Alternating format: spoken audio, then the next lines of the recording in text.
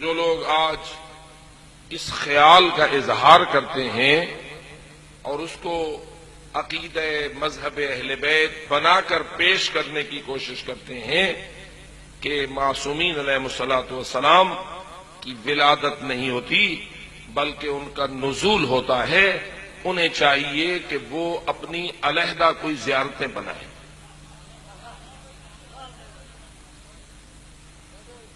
وہ اس مکتب اہل بیت کے ہاں جو خزانے زیارتوں، دعاؤں اور ان چیزوں کے موجود ہیں، جو قرآن ان کا ہے، جو حدیثیں ان کی ہیں، جو زیارتیں ان کی ہیں، جو دعائیں ان کی ہیں، جو خزانے ان کے پاس ہیں، جو لے کے حضرت رسول اکرم سے امام حسن عسکری و امام زمان علیہ الصلوۃ والسلام تک اس خاندان سے جو تحفے ہمیں ملے ہیں وہ تو انہیں قبول نہیں ہے، جائیں یہ اپنا کوئی علیحدہ دھرم بنائیں، ورنہ کون ہے کہ جو یہ نہیں جانتا ہے کہ فقط زیارت وارث میں نہیں بلکہ جو بھی آپ کو اس زیارت اٹھائیں گے تو ہر طرف سے آپ کو ہر امام کے بارے میں یہ جملہ ملے گا کہ اشہد انک کنت نورا فی الاصلاب الشامخہ والارحام المطہرہ۔ تو زیارت امام حسین پڑھے گا تجھے یہ کہنا پڑے گا، تو زیارت امیر المومنین پڑھے گا تجھے یہ کہنا پڑے گا، تو زیارت حضرت زہرا پڑھے گا تجھے یہ کہنا پڑے گا، تو زیارت حضرت رسول اکرم پڑھے گا تجھے یہ ماننا پڑے گا، تو زیارت امام حسن مجتبیٰ پڑھے گا، امام حسین کی زیارت، امام زین العابدین کی زیارت، پڑھ سو یا نہ پڑھ سو، زیارت ویسو یا نہ ویسو، ادھر ہی بیٹھے رہو۔ یہ کل انکار کر دیں گے کہ یہ قبریں بھی معصومین کی نہیں ہیں، جب یہ اپنے غلو کے عروج کی طرف جائیں گے اور جب یہ اپنی من گھڑت کہانیوں کو اور زیادہ بلند کریں گے تو یہ بھی کہیں گے کیسے ہو سکتا ہے کہ امام مٹی میں دفن ہو،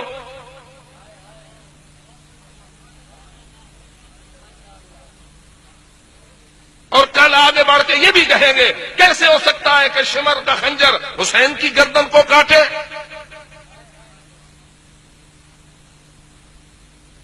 ہم دیکھ رہے ہیں ان کی گستاخیوں کے آغاز کو، اور دور بھی ان نگاہیں یہ دیکھ رہی ہیں کہ بالآخر ان کا وہی حال ہوگا کہ جو مکے کے مشرکین کا ہوا تھا۔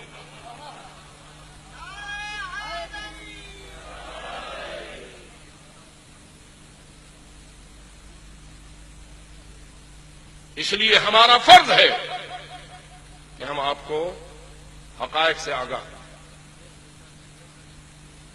کیا خیال ہے یہ زیارتیں ہم نے بنائی ہیں، اس دور کے علماء نے بنائی ہیں؟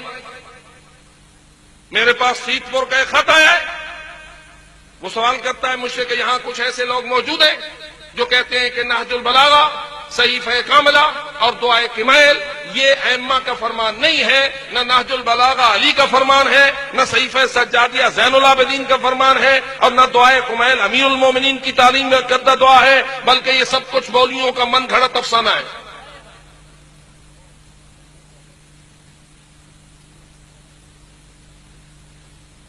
کیوں کہہ رہے ہیں یہ ایسی باتیں کیوں کرنے لگے ہیں؟ اس لیے کہ جو کچھ مانتے ہیں اس کی تائید نہج البلاغہ نہیں کرتا،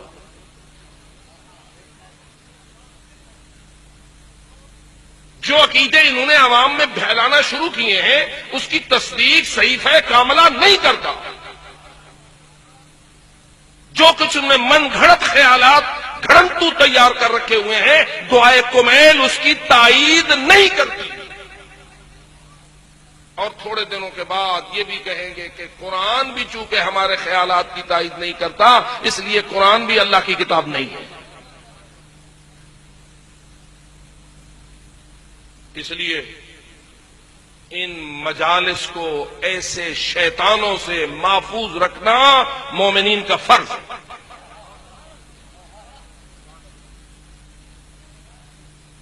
اشہد انک کنت نورا فی الاصلاب الشامخہ، یہ پتا ہے آپ کو کہ لفظ اشہدو کہاں بولا جاتا ہے؟ جی یہ لفظ اشہدو ایک مؤمن کہاں بولتا ہے؟ آذان میں کہتے ہو اشہد ان لا الہ الا اللہ، اشہد ان محمد رسول اللہ صلی اللہ علیہ وآلہ اشہد ان امیر المومنین علی، یہ اشہدوں کا مطلب کیا ہوتا ہے؟ گواہی تو آپ عدالت میں بھی جا کے دیتے ہیں.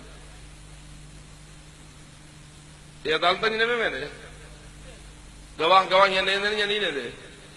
کیا یہ وہی گواہی ہوتی ہے؟ نہیں. یاد رکھ، یہ لفظ اشہدو تب تجھے بولنے کا حق حاصل ہے جب پہلے تیرے دل میں اس پر ایمان موجود ہے.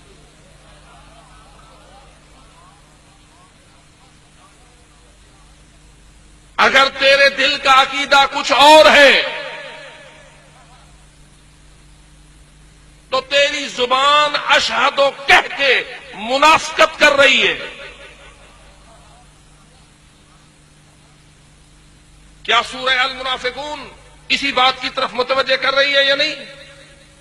اذا جاءک المنافقون قالوا،